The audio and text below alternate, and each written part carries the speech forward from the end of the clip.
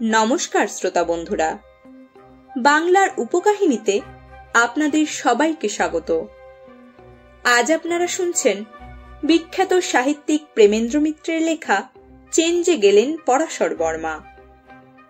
প্রেমেন্দ্র মিত্রের জন্ম হয় 1904 সালের 4 সেপ্টেম্বর উত্তরপ্রদেশের বারাণসীতে।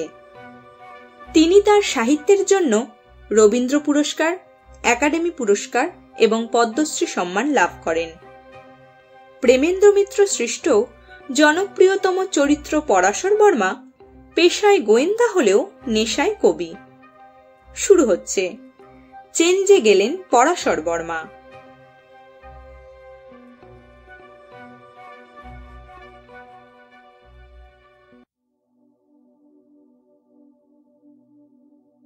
চমৎকার জায়গা, নদী, পাহাড়, শালবন।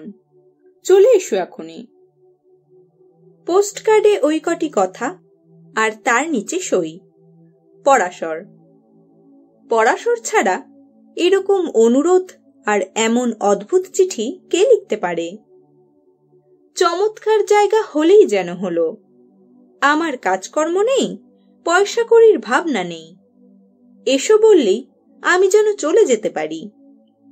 আর যাব কোথায়? পোস্টকার্ডে কোনো ঠিকানা নেই। ঠাট্টা যদি হয় তাহলে এরকম ঠাট্টা আমার ভালো লাগে না। কিন্তু ঠাট্টা নয়। দুদিন বাদে খামে চিঠি আসতেই তা বুঝলাম। এবার চিঠিতে সবকিছু খুলে লেখা আছে। মাসখানিকের জন্য একটি বাড়ি ভাড়া নিয়ে পরাশর সিংভূম জেলার একটি ছোট শহরে গিয়ে উঠেছে। শহর নামেই। স্টেশনকে ঘিরে একটা বাজারই শেষ। তারপর শুধু মাঠ আর বন, পাহাড় আর নদী। কোনো এক চোরা কোম্পানি যুদ্ধের আর বাংলা বিভাগের পর লোভ দেখিয়ে সেখানে জমি বিক্রি করে বহু বিশ্বাসী নির্বোধ মানুষকে ঠকিয়েছিল। এখন আধা জঙ্গলের মধ্যে এখানে সেখানে কটা বাড়ি উঠেছে। তার কোনোটায় মানুষজন থাকে, কোনোটা দরজা জানলা বিহনে খাঁ খাঁ করছে। এসব পরে গিয়ে দেখলাম। চিঠিতে শুধু প্রকৃতি বর্ণনাই ছিল। ছিল নির্জনতার স্তব আর নিস্তব্ধতা নিয়ে কবিতা। সবচেয়ে যেটা দরকার সেই ঠিকানাও দেওয়া ছিল। স্টেশনের নাম, কোন ট্রেনে গিয়ে কখন নেমে কোথায় কোন রাস্তায় পৌঁছতে হবে তার বর্ণনা পর্যন্ত। পরাশরের অন্যায় আবদারে মনে মনে গোজরেও একদিন সত্যি সেই স্টেশনে গিয়ে নামলাম। দুপুরবেলা। শীতকাল বলে রোদের ঝাঁঝ নেই।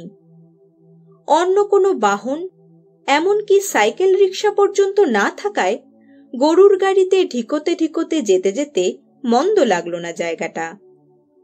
মধুপুর, দেওঘর, রাঁচি, হাজারিবাগ মানুষের ভিড়ে সত্যি পচে গেছে। এখনো এমন জায়গা যে আছে দেখেও আনন্দ হলো। পৌঁছালাম প্রায় আধ ঘন্টা বাদে। কোথায় পৌঁছালাম তাই প্রথম বুঝতে পারলাম না। এ তো শুধু জঙ্গল। না, কিছু দূরে ছাড়া ছাড়া গোটা তিনেক বাড়ি দেখা যাচ্ছে বটে, কিন্তু গাড়ি তাহলে বাড়ির কাছে পর্যন্ত না গিয়ে এখানে থামলো কেন? গাড়োয়ানকে সেই কথাই জিজ্ঞাসা করলাম। সে হেসে বললে, না বাবু, ও বাড়িতে যাব নাই। ও বাড়িতে পাগলা বাবু তাহলে ছবি খিচে দিবে। একটু কষ্ট করে বুঝলাম ফটো তোলার কথা বলছে গাড়োয়ান। হেসে বললাম, তা ফটো নিলে দোষ কি? ভালোই তো। গাড়োয়ান যা বলল তাতে বুঝলাম ফটো তোলার যত আকর্ষণই থাক, তাদের বর্ণিত পাগলা বাবু বাড়াবাড়ি করে ব্যাপারটা এদের কাছেও পচিয়ে দিয়েছে। একবার তার হাতে পড়লে ঘণ্টাখানেকের আগে নাকি ছুটি নেই। মানুষটা থেকে শুরু করে গাড়ি, গরু, মায় আলাদা চাকাগুলোর পর্যন্ত বারবার ফটো তুলে তবে ছাড়বে। আর তাও সে কি একবারের পালাতেই শেষ? দেখা একবার পেলেই হলো।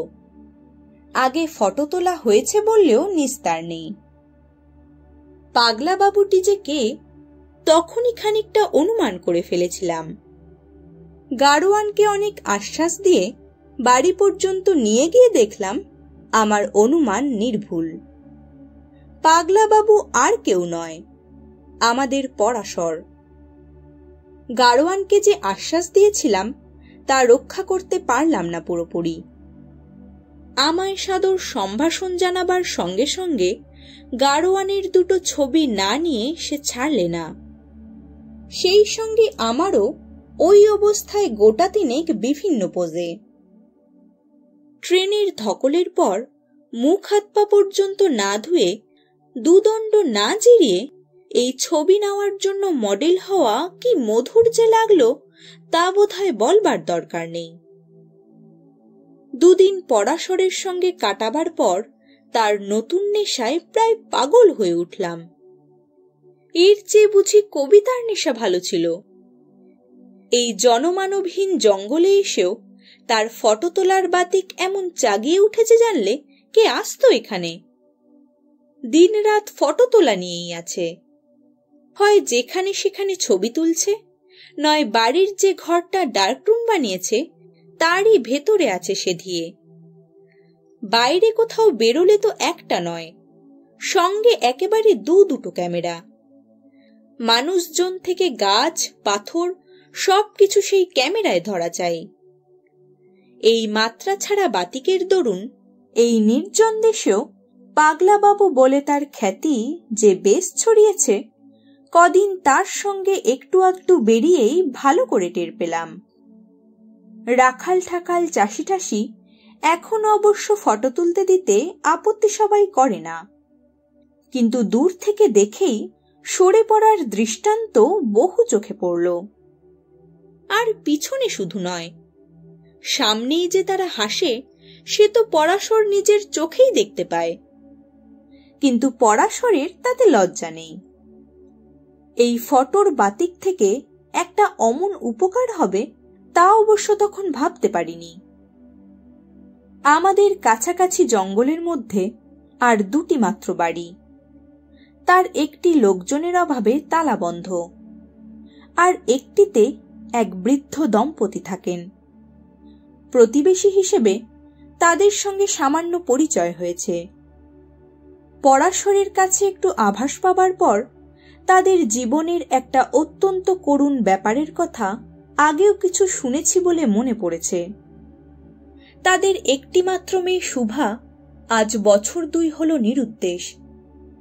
পয়সার অভাব নেই বলে তারা খোঁজবার কোনো ত্রুটি করেননি, কিন্তু তাদের অকাতর অর্থব্যয় আর ভারতবর্ষময় পুলিশের যথাসাধ্য চেষ্টা সত্ত্বেও শুভার কোনো হদিশই মেলেনি। বড় লোকের খেয়ালি মেয়ে, বাড়িতে থাকতে ছায়াছবিতে অভিনয় করবার জন্য একবার নাকি অত্যন্ত জেদ ধরেছিল।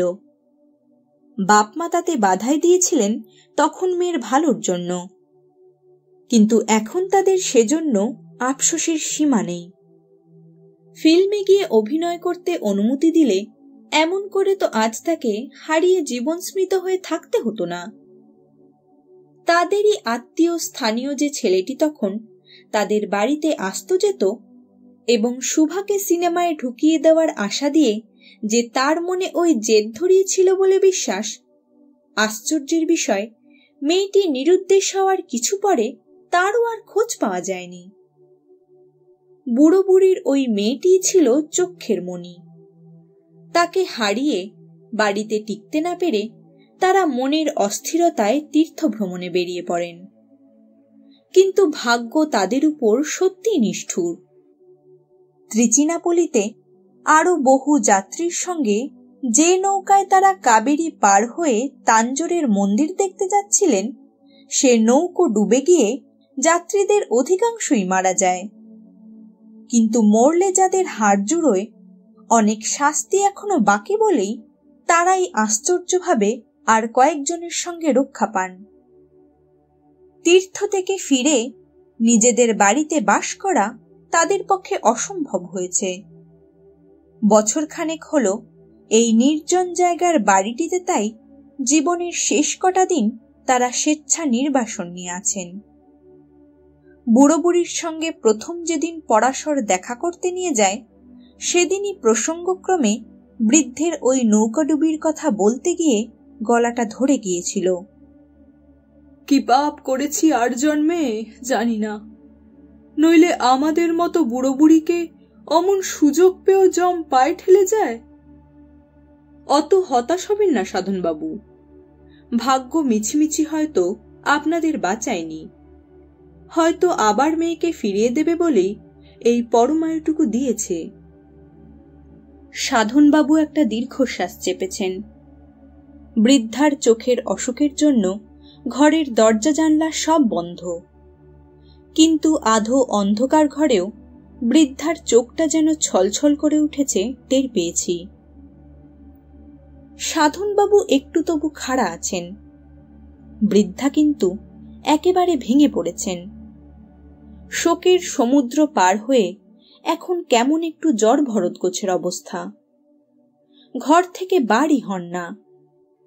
নেহাত পরাশরের কথায় একটু আশার আলো পান বলেই বোধ হয় তার পীড়াপিড়ি ঠেলতে না পেরে মাঝে মাঝে একটু বাইরে এসে বসেন। তাও 5টা কথায় একটা উত্তর কোনো রকমে দেন মাত্র।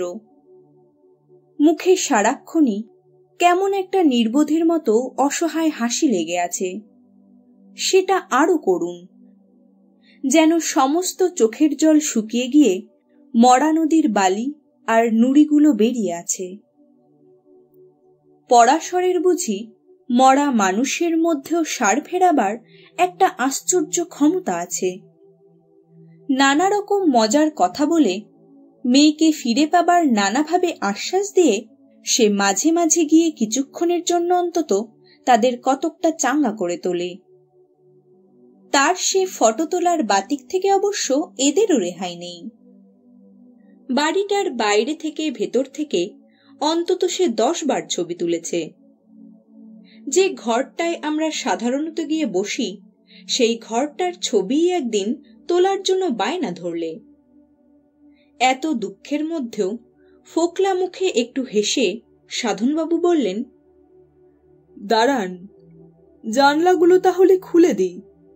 এ ঘরে কি বা আছে, আর অন্ধকারে তুলবেনই বাকি। আপনাকে কিছু করতে হবে না, এই অন্ধকারেই শুধু ঘরটা আমি তুলতে চাই। আর আমি তো আপনাদের কি ঘরের আসবাবের ছবি নিচ্ছি না। এই ঘরে কি একটা থমথমে আবহাওয়া যেন আছে, সেইটে আমি শুধু ক্যামেরায় ধরতে পারি কিনা দেখি। আপনারা পেছনে দাঁড়িয়ে দেখুন না। তার পাগলামিতে বাধ্য হয়ে আমাদের সকলকে পেছনে দাঁড়াতে হয়েছে। আধো অন্ধকার ফাঁকা ঘরটার কি আবহাওয়া সে তুলতে চেয়েছে সেই জানে, কিন্তু সে আশাও তার পূর্ণ হয়নি। ফ্ল্যাশ বাতি জ্বলতে না জ্বলতে ক্যামেরা নিয়ে পিছু হটবার সময় একটা চেয়ারে ঠেকে পড়ে গিয়ে সব পণ্ড হয়ে গেছে। বৃদ্ধাকে আমি হাতে ধরে তারপর তার ভেতরের ঘরে পৌঁছে দিয়ে এসেছি। মেয়ের জন্য কেঁদে কেঁদেই তার চোখ প্রায় খারাপ হয়ে গেছে জানতাম। সাধারণ আলোই তার চোখে সহ্য হয় না। ফ্ল্যাশ বাতির চোখ ধাঁধানো আলোয় প্রায় অন্ধই হয়ে গেছেন কিছুক্ষণের জন্য। ততক্ষণে পরাশর আরেকবার ফ্ল্যাশ বাতি জেলে ফাঁকা ঘরের ছবি নিয়েছে। নিজেদের বাড়িতে ফেরবার পথে পরাশরকে আমি একটু বকুনি না দিয়ে পারিনি। তোমার বিদঘুটে শখটা এই বুড়ো বুড়ির উপরও না খাটালে নয়? পরাশর একটু লজ্জিত হয়ে বলেছে, কিন্তু আমি ওদের একটু খুশি রাখবার জন্যই তো এসব করি। এমন জ্যান্ত কবরে থাকা কি ভালো? কিন্তু আঙ্গুলে জলের ছিটে দিয়ে ঘর পোড়ানো আগুন তুমি কতটুকু নেভাবে? আর তাছাড়া মেয়ে ফিরে পাওয়ার আশা যে তুমি দাও, সেটা একদিক দিয়ে অন্যায় নয়? আশা দেওয়ার মতো খবর কি তুমি সত্যিই পেয়েছ? পরাশর বেশ একটু কুণ্ঠিতভাবে বলেছে, না, এখনো পাইনি, কিন্তু আমার কেমন মনে হয় সে মেয়ের খোঁজ পাওয়া যাবেই। এবার আমার নিজের অদ্ভুত অনুভূতির কথাটা আমি না জানিয়ে পারিনি। বলেছি, দেখো, এই সব গোলমালে এখন গুলিয়ে যাচ্ছে, কিন্তু তোমার এই ছবি নেওয়ার কেলেঙ্কারির আগে বা পরে এখন মনে করতে পারছি না কি যেন একটা অদ্ভুত জিনিস দেখেছি। পরাশর উদ্গ্রীব হয়ে আমায় মনে করাবার চেষ্টা করেছে, কিন্তু ফল কিছু হয়নি। পরাশরের ফটো তোলার নেশা থেকে যত সামান্যই হোক একটা হদিশ কিন্তু আশ্চর্যভাবে একদিন পাওয়া গেছে। অ্যালবামটা নিয়ে গিয়ে পরাশর সেদিন সাধনবাবুকে তার বাড়ির ছবিগুলো দেখাচ্ছিল। পাতা উল্টাতে গিয়ে হঠাৎ একটি পাতায় একটা ছবি দেখে সাধনবাবু যেন চমকে উঠেছেন। ছবিটা একটি মেয়ের। ব্যাপারটা আমারও নজর এড়ায়নি। পরাশর একটু কৌতূহলী হয়ে জিজ্ঞাসা করেছে, কি ব্যাপার সাধনবাবু, মেয়েটি চেনা মনে হচ্ছে নাকি? সাধনবাবু প্রথমটা কিছু বলতেই চাননি। তারপর ২-৩ বার অনুরোধ করায় দ্বিধাগ্রস্তভাবে বলেছেন, হ্যাঁ, কতকটা শুভার মতোই দেখতে। পরাশর উত্তেজিতভাবে বলেছে, শুভা? আপনার সেই হারানো মেয়ে? কিন্তু তাকে তো আমি কখনো দেখিনি। তাহলে এই ছবি আমি তুললাম কোথায়? দাঁড়ান দাঁড়ান। পরাশর মনে করবার চেষ্টা করেছে, আর আমরা উদ্গ্রীবভাবে তার মুখের দিকে তাকিয়ে থেকেছি। খানিক বাদে পরাশর সহোৎসাহে বলেছে, ঠিক, এই ছবি তো আমি কিছুদিন আগে এখানকার স্টেশনে তুলেছি মনে হচ্ছে। এক জায়গায় কয়েকজন দাঁড়িয়েছিলেন। মেয়েটির মুখে কি যেন একটা আছে মনে হওয়ায় না জানিয়ে ছবি তুলে নিয়েছি। কিন্তু তাহলে? সাধনবাবুই বাধা দিয়ে হতাশভাবে বলেছেন, না, তা হতে পারে না পরাশরবাবু। সে যদি বেঁচেও থাকে তাহলে ঠিক এইখানেই তাকে আপনি দেখেছেন, এ কি সম্ভব হতে পারে? এ নিশ্চয়ই তারই মতো আর কারো ছবি আমায় যন্ত্রণা দিতেই ভাগ্য আপনার হাত দিয়ে আমার কাছে পাঠিয়েছে। কথাটা আমাদেরও ঠিক বলে মনে হয়েছে। একটু চুপ করে থেকে সাধনবাবু বলেছেন, আর যাই হোক, আমার স্ত্রীকে এ ছবি কখনো দেখাবেন না বা কিছু বলবেন না। মিছিমিছি বড় দুঃখ পাবেন তাহলে। বেশ একটু বিষণ্ণ মন নিয়েই সেদিন বাড়ি ফিরেছি। তার পরের দিন দুপুর থেকেই পরাশর হঠাৎ উধাও। দুপুরে খেয়ে দেয়ে ক্যামেরা নিয়ে সেই যে বেরিয়েছে, আর তার দেখা নেই। সারা রাত অত্যন্ত উদ্বেগে কাটিয়ে সকালে স্থানীয় থানায় খবর দিতে যাব কিনা ভাবছি, এমন সময় উস্কো খুস্কো চেহারা নিয়ে প্রায় হাঁপাতে হাঁপাতে সে একটা জিপ গাড়িতে এসে হাজির। চলো চলো, এখনই সাধনবাবুর বাড়ি যেতে হবে। অবাক হয়ে বললাম, সে কি? কেন? সারা রাত কোথায় ছিলে? কি ব্যাপার সেটা আগে শুনি। সব পরে শুনবে, এখন আর দেরি করবার সময় নেই। সেই শুভাকে পাওয়া গেছে। শুভাকে পাওয়া গেছে? নিজের কানকেই আমি বিশ্বাস করতে পারলাম না। বিশ্বাস সাধনবাবুও প্রথম কিছুতেই করতে চান না। কেন বৃদ্ধকে মিছিমিছি পরিহাস করছেন পরাশরবাবু? সমস্ত ভারতবর্ষ পুলিশ দিয়ে খুঁজিয়ে যাকে পায়নি, তাকে আপনি এখানেই পেয়েছেন, এই কথা বিশ্বাস করতে বলেন? বিশ্বাস তো এখন করতে বলছি না, চাক্ষুষ দেখেই করবেন চলুন না। আপনার কষ্ট হবে বলে জিপটা চেয়ে এনেছি। এখান থেকে থানা তো ৮ ঘন্টার পথও নয়। সাধনবাবু শেষবার একটু মৃদু আপত্তি জানিয়ে বললেন, কিন্তু সত্যি যদি পেয়ে থাকেন তাহলে থানায় না নিয়ে গিয়ে এখানে আনতে পারতেন না? তার কারণ আছে সাধনবাবু, ওখানে গেলেই বুঝতে পারবেন। জিপে উঠে থানায় যাওয়ার পর দারোগা সাহেব অত্যন্ত খাতির করেই ভেতরের একটি ঘরে আমাদের বসালেন। সাধনবাবুর মতো আমারও তখন মেয়েটিকে দেখবার ব্যাকুলতাই প্রধান। সাধনবাবু সেই কথাই সর্বপ্রথম জিজ্ঞাসা করলেন, কই, সুভাকে তো দেখছি না। দেখবেন, এখনই দেখতে পাবেন, একটু ধৈর্য ধরুন। ধৈর্য প্রায় আধ ঘন্টার ওপরই অবশ্য ধরতে হলো। তারপর ছোট দারোগা এবং দুজন কনস্টেবলের সঙ্গে যে ঘরে ঢুকলো তাকে দেখে সত্যিই আমি স্তম্ভিত। ছবিতে যে চেহারা দেখেছি অবিকল সেই তরুণী মেয়েটি, শুধু মুখটা রাগে ও বিরক্তিতে অত্যন্ত কঠিন। সুভা? সাধনবাবু তার দিকে চেয়ে ভাবাবেশে আর কিছুই বলতে পারলেন না। তার মুখের চেহারা দেখলে ভেতরে তার যে কি হচ্ছে তা বোঝা কঠিন। কি সাধনবাবু, চাক্ষুষ দেখে সন্দেহভঞ্জন হয়েছে নিশ্চয়? কেমন, ইনি তো সেই হারানো শোভা?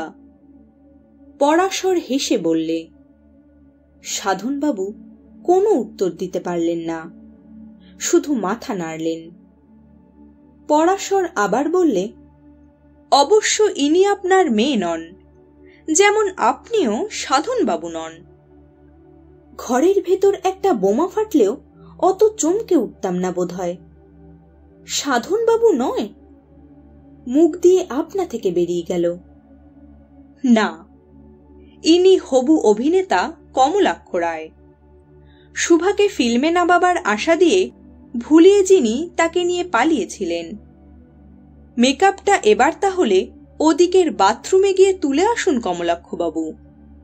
ছদ্মবেশ ধরে যা অভিনয় দুজনে এতদিন করেছেন তা সিনেমার বাঘা বাঘা অভিনেতা করতে পারত কিনা সন্দেহ। সাধন বা কমলাক্ষ যেই হন, টেবিলের উপর ভর দেওয়া দুটো হাতের মধ্যে তিনি এবার মুখ গুজলেন। সুভারী জ্বলন্ত কণ্ঠস্বর এবার শোনা গেল, ছদ্মবেশ অভিনয় যাই আমরা করে থাকি, নিজের বাড়িতে করেছি, আপনাদের তাতে কি? কারো কোনো ক্ষতি তো আমরা করিনি। তবে আমাদের এভাবে ধরে এনে অপমান করবার কি অধিকার আপনাদের আছে? আমায় মিথ্যে করে গিয়ে বলেছে যে উনি থানায় সমস্ত কথা স্বীকার করে দিয়েছেন। এই মিথ্যে কথা কেন আমায় বলা হয়েছে? পরাশর একটু হেসে বললে, সত্যকে টেনে তুলবার জন্যই মিথ্যে টোপ কখনো কখনো ফেলতে হয় শুভাদেবী। ওই কথা না বললে কি আপনি এখানে আসতেন? কিন্তু আমায় এখানে আনবার দরকার কি আপনাদের? কোন অধিকারে এনেছেন আবার জিজ্ঞাসা করছি। দারোগা সাহেব নিজেই এবার মন্তব্য করলেন, নাম ও সই জাল করে পরলোকগত সাধন সমাদ্দার মশাইয়ের বিষয় সম্পত্তির আয় ভোগ করার অভিযোগেই আনা হয়েছে মনে করুন। শুভাদেবীর স্বর আরো তীক্ষ্ণ হয়ে উঠল। কিন্তু সে সম্পত্তিও তো আমার নিজের। আমি বাবার একমাত্র মেয়ে ও উত্তরাধিকারিণী। হ্যাঁ, তা ঠিক, কিন্তু উত্তরাধিকার তো এখনো পাননি। এখনো আইনের চোখে আপনি নাবালিকা। শুধু তাই নয়, আপনার বাবার উইলে লেখা আছে যে যাকে তিনি আপনার অভিভাবক করে যাচ্ছেন সেই গুণময় মান্না মশাইয়ের মতের বিরুদ্ধে আপনি বিবাহাদি কিছু করলে সমস্ত সম্পত্তি থেকে বঞ্চিত হবেন। তাই এই কমলাক্ষের পরামর্শে আপনি এক ঢিলে দুই পাখি মারবার ব্যবস্থা করেছেন। ভাগ্য আপনাদের সাহায্য করেছে। আপনার বাবা ও মা সত্যি সেই সুদূর দাক্ষিণাত্যে কাবেরী নদীতে ডুবে মারা যান। আপনারা তখন ধরা পড়বার ভয়ে নানা জায়গায় পালিয়ে বেড়াচ্ছেন।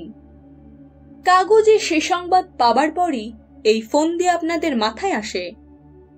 বুড়ো বুড়ি সেজে ত্রিচিনা বলিতে গিয়ে আপনারা যেন ডোবা নৌকো থেকে কোনো রকমে রক্ষা পেয়েছেন এই কথা সকলকে জানান। সেখানে বাঙালি নেই বললেই হয়। আপনাদের কথায় সন্দেহ করবার কোনো কারণও কারোর ছিল না। সেখান থেকে গুণময় বাবুকে টেলিগ্রামে সাধনবাবুই যেন তার রক্ষা পাওয়ার কাহিনী জানিয়ে টাকা চেয়ে পাঠান। গুণময় বাবু সরল বিশ্বাসে সে টাকা পাঠিয়েছেন। আপনারা ইতিমধ্যে হঠাৎ একবার কলকাতার বাড়িতে কদিনের জন্য এসে গুণময় বাবুর সঙ্গে দেখা না করেই আবার এই পাণ্ডব বর্জিত জায়গায় এসে আস্তানা গাড়েন। এখান থেকে মাঝে মাঝে গুণময় বাবুর কাছে টাকার জন্য টেলিগ্রাম যায়। গুণময় বাবু বৃদ্ধ লোক, এত দূর নিজে থেকে এসে দেখা করা তার পক্ষে অসম্ভব না হলেও সহজ নয়। তাছাড়া কোনো কিছু সন্দেহ করবার কথা তার মাথাতেও আসেনি। তিনি শুধু সাধনবাবুর হয়েই তার হারানো মেয়ের সন্ধান করছেন। অন্য সব চেষ্টায় বিফল হয়ে আমাকে সেই জন্যই তিনি ডাকিয়ে গোপনে এ ব্যাপারের ভার দেন। তার কাছে সমস্ত শুনে আমিও প্রথমে কিছু সন্দেহ করিনি, কিন্তু সোজাসুজি বুড়ো বুড়ির কাছে না গিয়ে কাছাকাছি থেকে তাদের সঙ্গে ভাব করে তাদের মেয়ে সম্বন্ধে কিছু খবর সংগ্রহ করতে আমি এখানে এসে বাড়ি নিয়েছিলাম। আমি হয়তো কিছুই না বুঝে এখান থেকে চলে যেতাম, যদি না কি? সুভার সঙ্গে আমিও প্রশ্ন করে উঠলাম। যদি না লক্ষ্য করতাম যে অন্ধকার ঘরে ছাড়া সাধনবাবুর স্ত্রীরূপী বৃদ্ধা মহিলাকে কখনো বাইরের লোক দেখতে পায় না। তারপর কারো মনে সন্দেহ না জাগিয়ে যা ব্যবহার করবার জন্য হে অঞ্চলে পাগলা বাবু বদনাম পর্যন্ত ইচ্ছে করে কিনেছি, আমার সেই ক্যামেরাই অবশ্য আমাকে সাহায্য করেছে। পকেট থেকে একটা ফটো বার করে সকলের সামনে ধরে পরাশর সুভাকেই বললে, মেকআপটা সেদিন একটু তাড়াতাড়ি করেছিলেন সুভাদেবী। ক্যামেরার লেন্সকে তাই ফ্ল্যাশ লাইটে ফাঁকে দিতে পারেননি। আপনি? কথাটা সুভার মুখে আটকে গেল। হ্যাঁ সুভাদেবী, সেদিন ক্যামেরাটা নিয়ে সত্যি পড়ে যায়নি। পড়ে যাবার ভান করে ফ্ল্যাশ লাইটে আপনার ফটোটাই নিয়েছিলাম। তারপর গুণময় বাবুর কাছেই পাওয়া ছবি সমেত অ্যালবাম দেখাবার ভান করে সাধনবাবু কমলাক্ষ বাবুকে আরেকবার পরীক্ষা করে নিয়ে আপনাদের অভিনয়ে দাড়ি টানবার এই ব্যবস্থা করেছি। বড় সময় মতোই কাজটা করতে পেরেছি, কারণ আর 6টা মাস বাদেই আপনি সাবালিকা হবেন। তখন আর পায় কে আপনাকে? আপনারা সেই আশাতেই দিন গুনছিলেন জানি। কমলাক্ষ এবার প্রশ্ন করল, কিন্তু এখন আমাদের নিয়ে কি করবেন? দেখা গেল দুজনের মধ্যে সেই একটু ভীরু। কে জানে, এই চক্রান্তের মধ্যে নেতৃত্বের ভূমিকা হয়তো তার নয়, সুভার। পরাশর দারোগা বাবুর দিকে চেয়ে একটু হাসলেন, তারপর বললেন, কি করা হবে তা আমাদের চেয়ে যিনি ভালো জানেন তাকেই ডাকছি। আসুন গুণময় বাবু, আপনার আসামিরা বিচার প্রার্থী। পাশের ঘর থেকে সৌম্য চেহারার যে বৃদ্ধ এবার ঢুকলেন, ভেতরে পা দিয়ে সুভাকে দেখেই তিনি দাঁড়িয়ে পড়লেন। তিনি ও সুভা দুজনেই দুজনের দিকে নীরবে তাকিয়ে রইলেন কিছুক্ষণ। তারপর সুভা হঠাৎ মামাবাবু বলে তার বুকের উপর গিয়ে পড়ে সেখানে মাথাটা রাখল। গুণময়বাবু ও সুভা দুজনের চোখেই তখন জল। দারোগাবাবুর গলার স্বরটা গম্ভীর হলেও কেমন যেন কৌতুক মেশানো। আমাদের এখন কি করতে হবে বলুন গুণময়বাবু? গুণময়বাবু ধরা গলায় বললেন, কিছুই নয়, আমাদের শুধু দুজনকে না 3 জনকেই আপনাদের জিপে যদি জংশন স্টেশনের দুপুরের ট্রেনটা একটু ধরিয়ে দেন। তার মানে কমলাক্ষর বিরুদ্ধে আপনি কোনো অভিযোগ আনছেন না, তাকেও সঙ্গে নিচ্ছেন? গুণময়বাবু অসহায়ভাবে বললেন, না নিয়ে কি করি বলুন? যা হয়ে গেছে তা তো আর ফিরবে না। যদি পরলোক থাকে তাহলে সুভামাকে যে ফিরে পেয়েছি এতেই বুড়ো বুড়ির আত্মা তৃপ্তি পাবে। বাড়ি ফিরে যেতে যেতে পরাশরকে জিজ্ঞাসা করলাম, আচ্ছা, তুমি তো এই জন্যই এখানে এসেছিলে বুঝলাম, কিন্তু আমায় ডাকবার মানে কি? পাছে সন্দেহ করে আগেই পাখি উড়ে যায়, তাই তোমায় আনিয়ে চেঞ্জে আসাটার স্বাভাবিক চেহারা দিতে চেয়েছিলাম। কিন্তু প্রথম পোস্টকার্ডে ঠিকানা দাওনি কেন? সেটাও তোমার তীক্ষ্ণ দৃষ্টি কতখানি তা পরীক্ষা করতে। পোস্টমার্ক দেখলেই স্টেশনটার নাম তুমি বার করতে পারতে। আর এখানে একবার এলে এই কটা মানুষের মধ্যে আমায় যদি খুঁজে না বার করতে পারতে, তাহলে লজ্জার কথা। একটু ক্ষুণ্ণ হয়েই বললাম, গোয়েন্দাগিরি তো আমার শখ বা পেশা নয় যে সব কিছুতে তীক্ষ্ণ দৃষ্টি দেব। আচ্ছা, আরেকটা কথা ভেবে এখনো কেমন গোলমাল লাগছে। তোমায় তখন বলেছিলাম, মনে আছে বোধহয়, যে তোমার সেই ফ্ল্যাশ লাইট দিয়ে ছবি তোলার দিন কি যেন একটা দেখেছিলাম আমি। সেটা কি এখনো মনে করতে পারছি না। তুমি কিছু বুঝতে পেরেছ? পেরেছি বলে পরাশর হাসলে। তুমি দেখোনি কিছু, শুধু অনুভব করেছ। অনুভব করেছি? হ্যাঁ, বৃদ্ধারূপী সুভাকে হাতে ধরে ঘরে দিয়ে আসবার সময় নিজের অজান্তেই তুমি অনুভব করেছ যে হাতটা কোনো বৃদ্ধার নয়। বৃদ্ধা আর যুবতীর হাতের স্পর্শ আলাদা হতে বাধ্য। তোমার হাত যেটা টের পেয়েছে, তোমার মন স্পষ্টভাবে সেটা বুঝতে পারেনি। সবচেয়ে বড় প্রমাণটা তুমিই আগে পেয়েছিলে, কিন্তু ধরতে পারোনি। প্রসঙ্গটা তাড়াতাড়ি বদলে জিজ্ঞাসা করলাম, কিন্তু তুমি কাল দুপুর থেকে সারা রাত কি করলে? থানার দারোগাকে সব জানিয়ে কলকাতায় গিয়ে গুণময় বাবুকে নিয়ে এলাম।